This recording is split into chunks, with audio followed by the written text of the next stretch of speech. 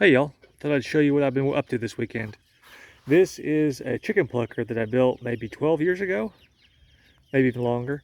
Um, the wood that I built it out of, I left it outside after I built it and didn't put it in the barn, so it rotted away. Here's what's left of the wood of the original frame. So I sawmilled out, had some sawmilled lumber, and I rebuilt the frame. This strap here, when I built it originally, I was having problems getting the nipples through. See, here's the nipples, and I was having problems getting the nipples through. So I actually drilled the holes out a titch bigger than the designs called for. That was a mistake because then the nipples would wobble loose and they'd pop out. So we ended up losing 5 or 6 over time because they'd fall out and they'd end up in the feathers. So when you make your own, just go ahead and make them the right size. Don't cut corners like I did. So I wrapped this other piece of barrel around here and bolted it down real nice and tight to hold these back in place. So hopefully that fix will fix my original mistake. If you build your own, make sure to leave plenty of space here. That's for the feathers to go out of when they get taken off, but also you want plenty of space because the feet and legs of the chickens will get sucked in there. Now that's one thing I didn't do when I rebuilt this. I forgot about this problem until after I was done, and my wife reminded me that when it gets really narrow here, it'll pull the legs in and it will bog up the motor, or it will end up just breaking the legs and cutting them. So in case you're not familiar with this, when you put the chickens in here, they're already dead. So it doesn't hurt the chickens. It doesn't really hurt the meat. It just makes the meat not as pretty. So here, I would say, I don't know, maybe Google it, but I would say at least 2 inches, maybe 3 of clearance all the way around. So I didn't really get that because I had completely forgot. It had been 2 years since we used this thing. And I just came out here because we've got some broilers about ready to be plucked, and I just had to get this done. And I did not fix that error. But here's the box. Down here, here's the belt tensioner.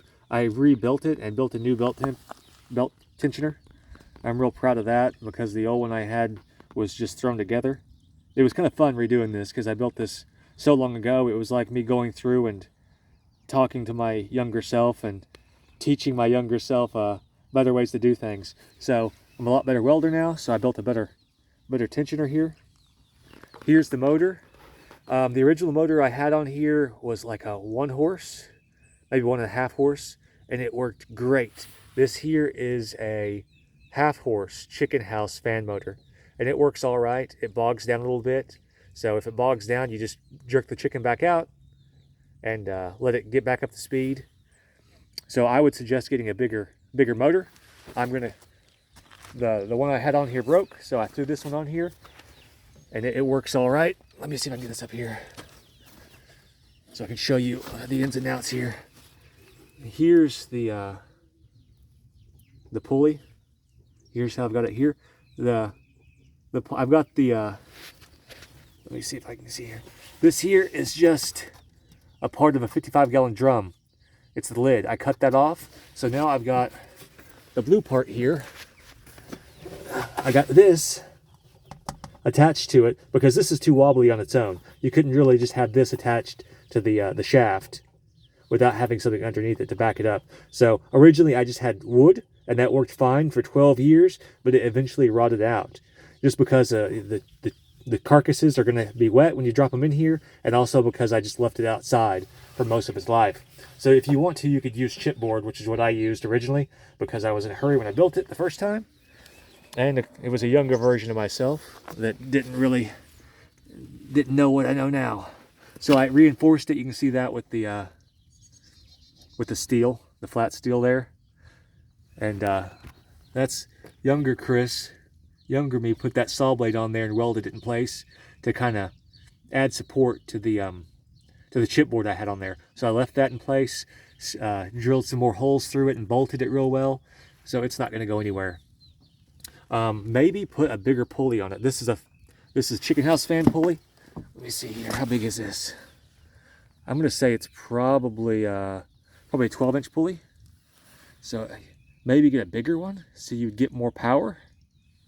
That might be something I'll look into. But I would definitely probably say bigger motor would be a lot better. This here is a board I slapped on here, whoops, to act as a guide for this so it doesn't wobble, because I've got just a hinge here. So to tighten it up, there's how it works. Because I didn't have this here before in the previous version, and so this slowly over time just kind of, this piece here just kind of drooped. Still worked. These pulleys and belts are really forgiving. So then I got it coming up here to a nice covered on-off switch. So that's what I got done. We'll be using this thing in probably a week or two, and really excited about using it now that it's redone, because previously, last time we used it, it was falling apart and really difficult to use. But anyhow, that's what's been going on. Y'all have any questions about this design or anything I did or didn't do, go ahead and leave a comment. I'll be happy to answer them. And have a nice day.